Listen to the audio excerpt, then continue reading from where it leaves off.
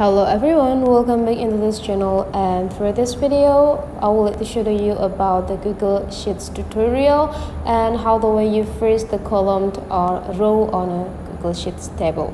So you can see here I already have the document as well as the table that containing the information, and I only have one title on the top or in the rows part here with the 3 columns, 1 rows and 3 columns here.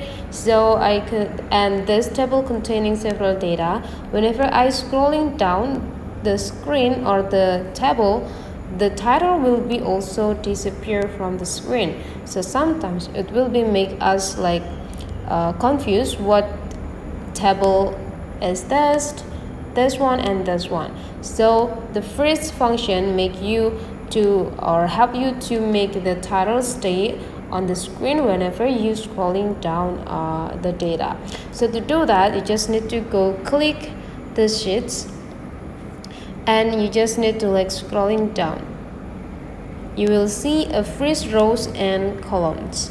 Since we want to freeze this rows, so you just need to increase the number of the rows. So there will be like 1 and 2 rows number 1 and rows number 2. So we need to increase it until the second rows, and whenever you're done, you just need to go click back the document, and this is the result. Whenever you're scrolling down, those title will stay on the top side and will not gonna disappear from the screen. So that's the way, guys, how to freeze the rows or columns on Google Sheet. Hopefully this tutorial today is useful for you, so don't forget to leave some comment, like and subscribe into this channel, and I will see you for the next video.